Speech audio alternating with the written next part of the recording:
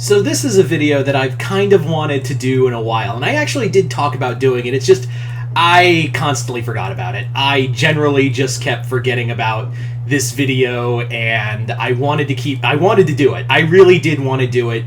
I just kept forgetting about it or pushing it off, or other things just came up. So this video is talking about, and I think what really spurred it was how good the episode Thanks to Them was. Even then, initially I was like, you know what, I'm going to do this as a video, and I'm going to do it right after Thanks to Them, like as a nice little follow-up. Yeah, that went about as well as you could think. So yes, we're here talking about, we're going to be out here talking about the we're going to be talking about Belos as a character. Now, I know a lot of people have talked about Belos as in all these theories and whatnot and everything about him. But really, what we're going to be talking about this time is how good of a villain and why Belos is such a good Disney villain. And we've kind of had, even though Disney movie villains have been very either lackluster or non-existent, really, the TV show villains have been really, really good. We've had, of course, Bill, we've had Toffee, we've had Dominator, we've had Andreas. We've had the Andreas and the Core, and now we have Belos. But the reason why I think Belos is the new echelon of villains, I would like to state that Belos as a character is something that I think is scary as a character because he's kind of how real he is.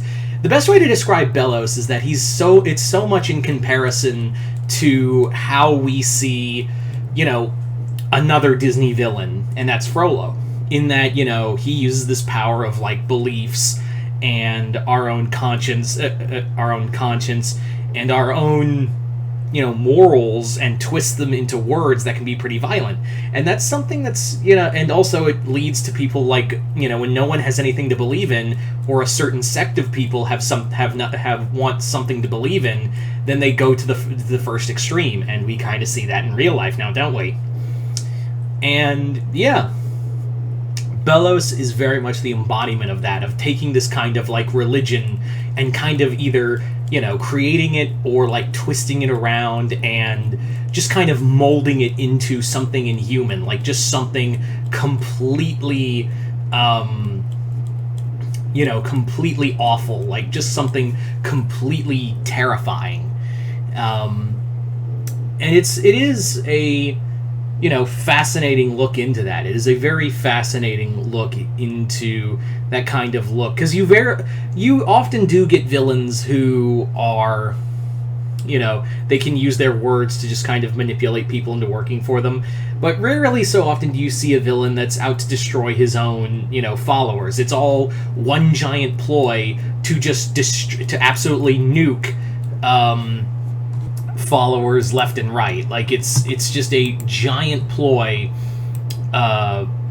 to just absolutely annihilate the people who have followed him for so long.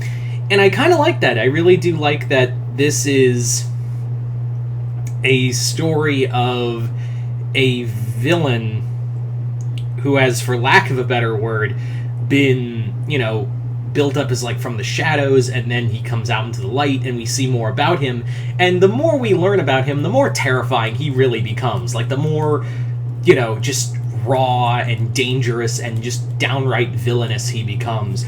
Because, you see, here's something I've kind of learned about a lot of villains as of late, and not just Disney, but villains on a whole in new television. Very so often we get a villain that we just absolutely hate, and also thinks he's doing the right thing. The closest I could compare to that is Demona. We haven't really had a villain, and Greg Weisman said this best when creating villains, is the best villains are the ones who don't think they're villains. In Demona's mind, she was kind of trying to wipe out humanity so gargoyles and other creatures could survive being under, not going under the trauma that she had. And, throughout the whole story, we kind of see that she's kind of a hypocrite, but unrealizing of that, or just unaccepting of that she is capable of that. Belos is the same way. Belos is this fantastic villain who you really hate, but at the same time, he's like, he honestly believes that what he's doing is for the good of, like, mankind. Wiping out witches so humankind can survive. It's very much the opposite of what Demona is, where she's trying to save, supernatural beings from humans. He's trying to destroy supernatural beings to protect humans. I don't think Demona and Belos would get along. I really don't see that Belos and Demona getting along in any way, shape, or form. So, that's what I really like, is that he is just this bastard that you absolutely love to hate, and he's just this he's just this cruelty that you can't wait to see finally defeated. Like, that's the thing, is like, I think a lot of people are like kind of waiting to see what they do, because I've heard a lot of like theories that like maybe Belos possesses the Titan, and he mentally controls the Titan and uses him like a puppet to just destroy and be the final boss. Like, after like, some people are kind of theorizing that like what's going to happen is that Collector's going to be talked down by Luz, and then Belos is going to take over the Titan's body, and it's just going to be like, everyone fight the giant boss, like in a majority of anime. Like, this is going to be like the Dark Gundam ending, or the ending to the D-Reaper saga in Digimon Tamers. I just brought up the Dark Gundam and the D-Reaper. Literally, it's the same thing.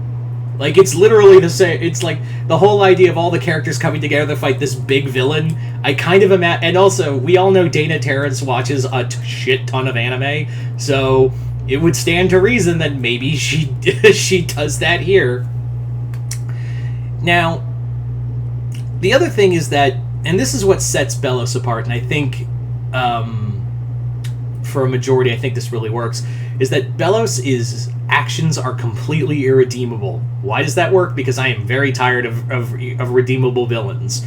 I've said before in a few videos in the past that, like, the world while it's all good to, like, forgive and, like, find a redemption arc for characters, and it's always good to see that, and good to teach children that, I do think you do need villains that are just plain evil. I really do think that you need villains, despite no matter how good they are still horrible people, or how good they think they are, or how good of a villain they are just horrible, and you don't want to see them redeemed or whatever, because that would undertake what they are. And I think as a message, the kids is like, that's a message that needs to be told to children, that not every person you're going to meet in life can be, is going to be like Hunter, or you're going to be like Zuko. There are Azulas out in the world. There are Beloses in the world. There are Frolos in the world who are just going to hate you for your gender, your race, your orientation, even just by how you like look at them funny. They're just going to hate you for all eternity.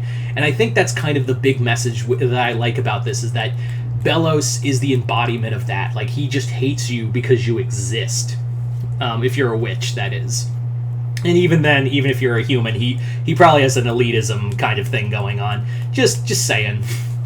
So that's what I really think really works. And I will say this right now. I will totally 100% say this right now. If there is, like, this last-minute redemption thing for Belos, that will kill the entire show for me. I don't think it's going to happen. I really do not think in any way, shape, or form that is going to happen. In no way do I think Dana Terrence, after how much she's built up Belos as a bastard that he is, I do not in any way, shape, or form see him getting like a last minute, like, I was wrong all along, I'm sorry, self-sacrifice and die. No, it's going to be like, I'm a horrible human being and I'm going to die with these completely racist and bigotry to the day I die, and die horribly. That's how I think, but if on the very, very, very, very, very off chance, I'm going to be very disappointed in this show, because, yeah, no one wants Belos isn't like the Diamonds, and even then, I've always questioned the Diamonds getting redemption arc, but that's a can of worms for another time to open. So, yeah.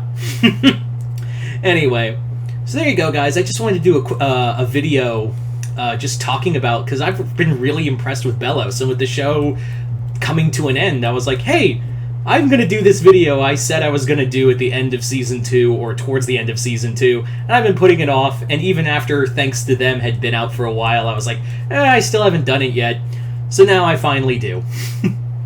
Anyway, so you guys tell me in the comments below, what do you guys think of Belos as a character? Do you guys like him? Do you guys hate him? Or do you love to hate him? Do you guys want to... I don't think anyone wants a redemption for him. Let me rephrase that. How bad do you want Belos to die? Like, how do you think Belos... Here's a better question. How do you think Belos is going to die for good? Because he already lost... He is so inhuman, he doesn't even know what he is anymore. So, yeah. How do you want Belos to die, and how bad do you want Belos to die before the series ends?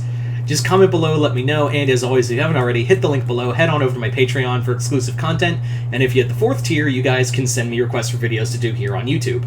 But other than that, I'm Mr. Multiverse. I'll see you next time in the Multiverse.